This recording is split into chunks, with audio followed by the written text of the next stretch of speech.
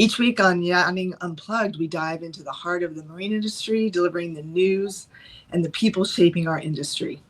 Welcome back to another episode of Yachting Unplugged. My name is Kim Sweers, the boat boss, and Rick is back next week, but I'm excited to report that the marine industry is pivoting once again. Two major laws are going into effect.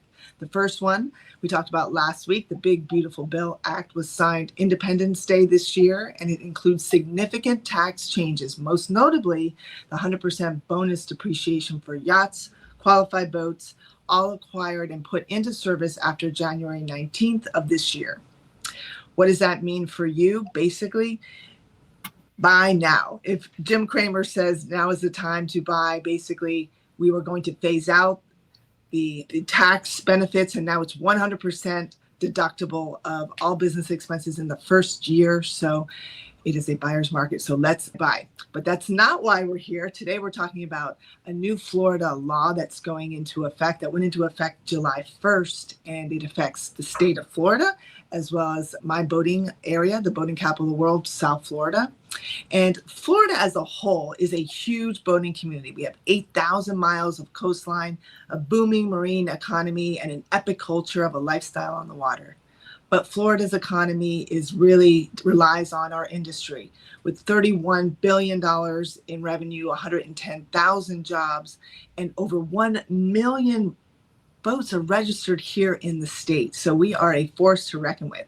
And the governor of Florida, our great state here, has put the power back into boaters. And today we are talking about the new Boaters Freedom Act, which went into effect, like I said, July 1st. And today we're going to unpack what that means through the lens of boating safety, education, responsible access. And someone who is the master of all that is Peg Phillips, the executive director of the National Safe Boating Council. Peg is passionate about advocate for safety on the water and has been my mentor and instrumental in shaping public awareness campaigns and everything about keeping boaters informed, prepared, and protected. So Peg, welcome to Yachting Unplugged. Hey, thanks so much. Always great to talk boating safety. It's obviously the most important thing out on the water, and great to hear you talk about the big, beautiful bill. We don't get involved in lobbying or any kind of legislation, but you and I both know that in MMA, the National Marine Manufacturers Association, reports that 95% of boats sold in the U.S. are domestically produced. So it's something we should be proud of, and let's get more people out there buying those USA boats. Exactly. Well, hopefully that one big, beautiful bill act will get everyone to buy now. And like I said, remember, it's January 19th. You have to be in service, so you have to buy that boat this year to capitalize on that. But let's talk about the governor, shall we? I want to read to our audience that Governor DeSantis signed the Senate Bill 1388, also known as the Boaters Freedom Act, into law. And there's a few things that we need to pick out on this. Is that one, that it allows boaters to be free from undue government interference in their enjoyment of the Florida waters by preventing local bans on gas vessels, preventing random vessel safety inspections without probable cause, and directing the FWC to create a 5-year safety inspection decal program linked to vessel registration. He went on to say that Florida is the boating and fishing capital of the world, and the Boater Freedom Act will ensure that this remains the case. So let's dive deep into this, shall we, Peg? Yep, let's jump into it. So let's start with the basics. What are the top 3 things that every boater should do when they're heading out on the water? Yep. So real basic boating safety. The most important thing is to wear that life jacket.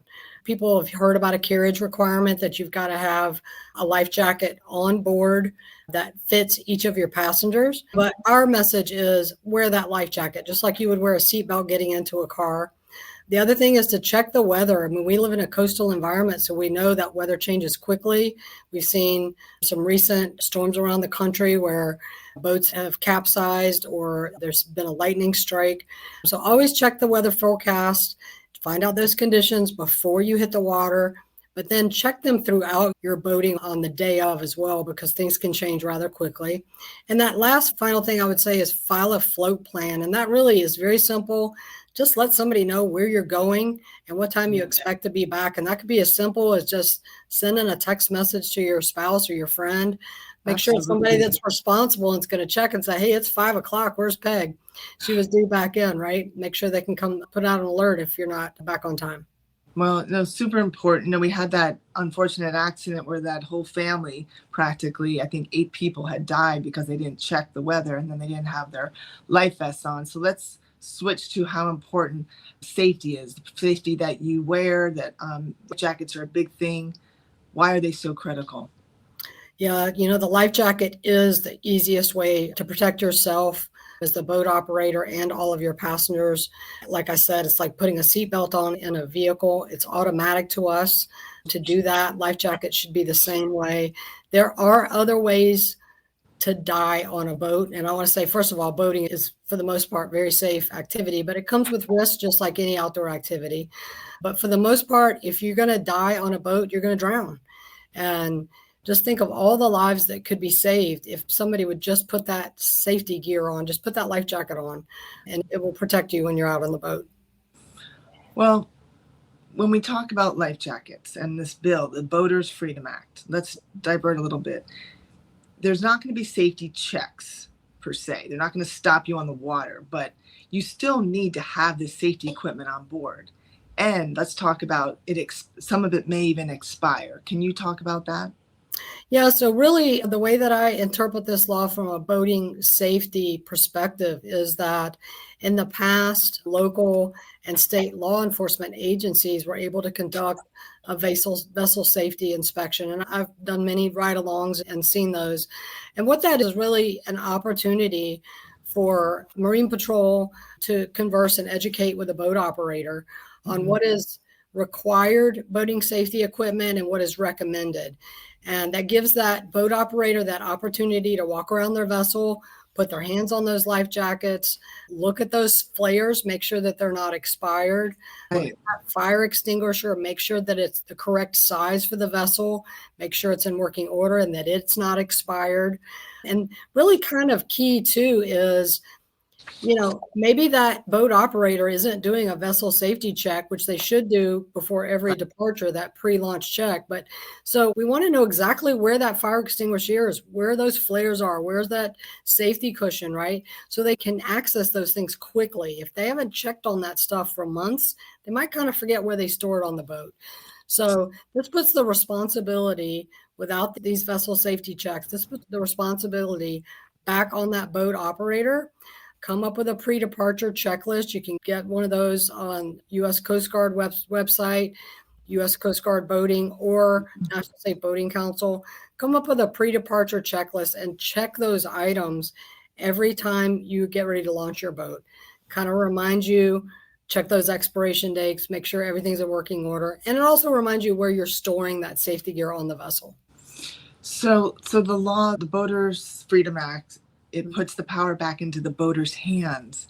But that can be a good thing and a bad thing, because we were getting the checks, obviously the stops, randoms, you could be checked for anything, but now there has to be probable cause. So let's get into why safety gear is so important. We've had Lucy's Law that was recently passed, and that 17-year-old beautiful soul lost her life, but because of it, a lot of things have changed. Let's talk about Lucy's Law. Can you explain that?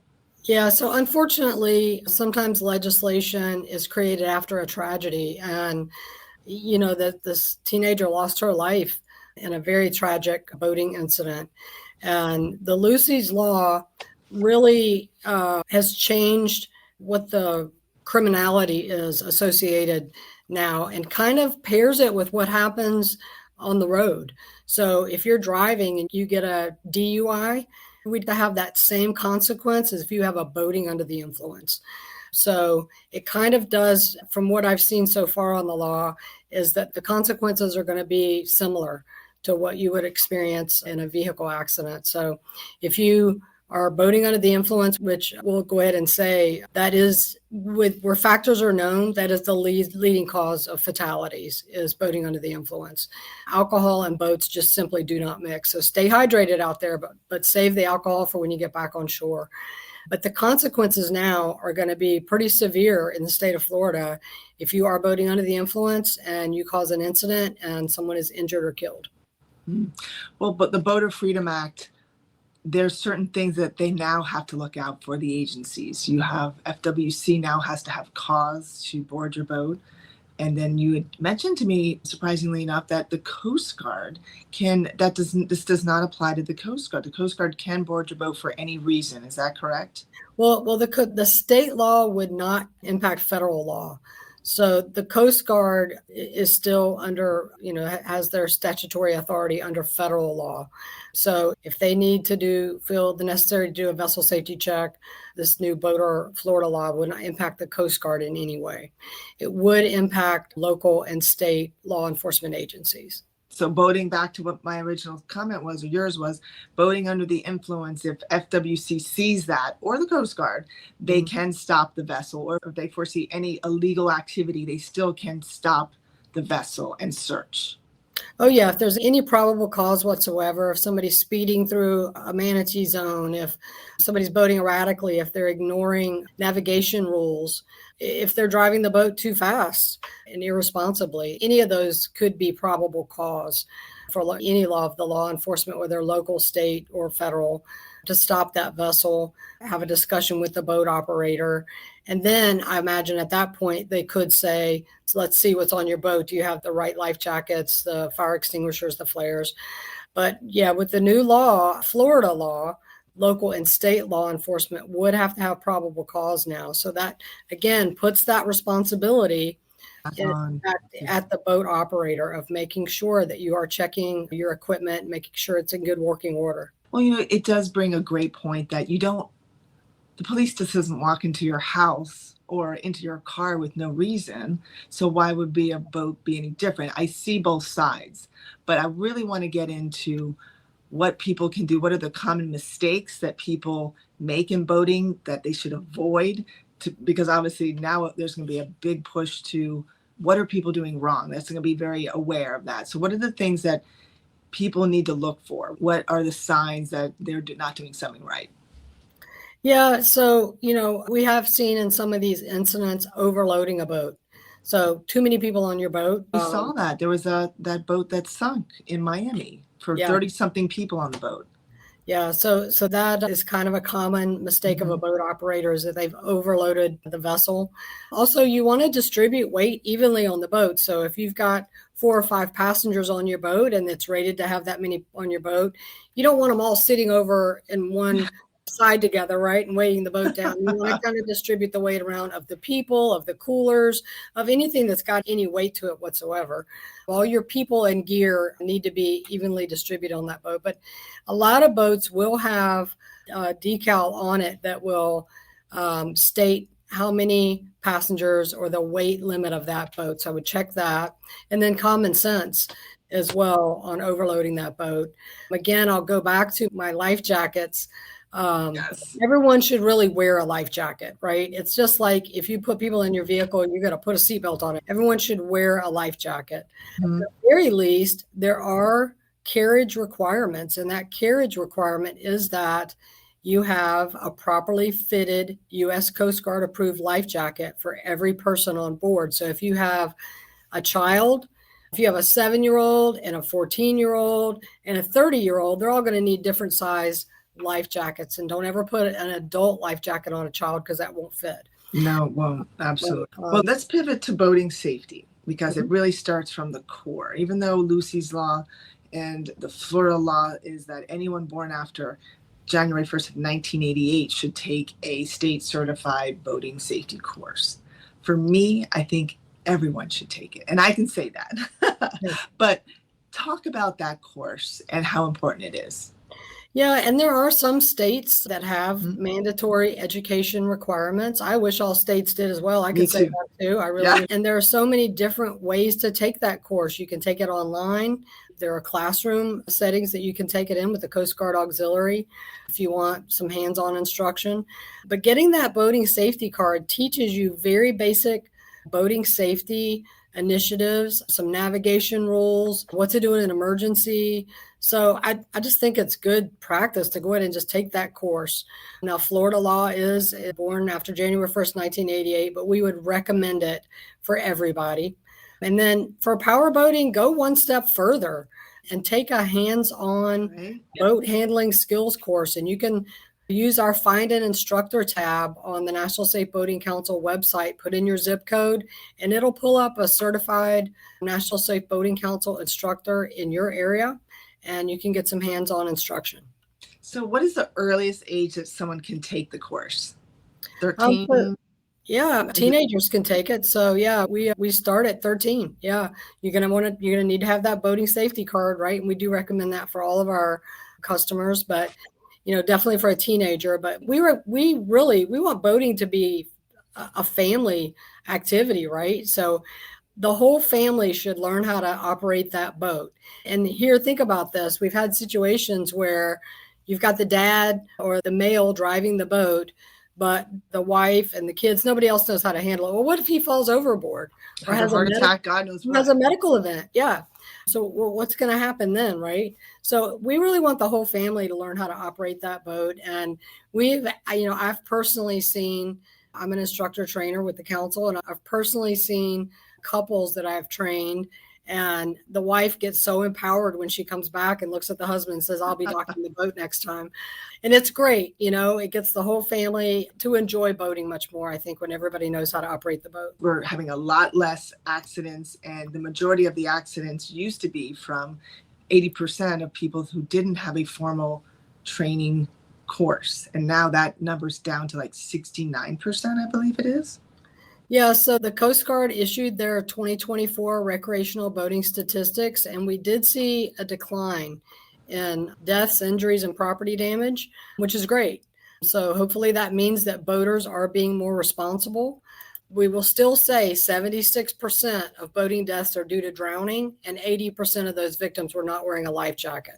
So go back to that. If you're going to die on a boat, it's most likely going to be because you've drowned. So just wear that life jacket and we can save so many lives there.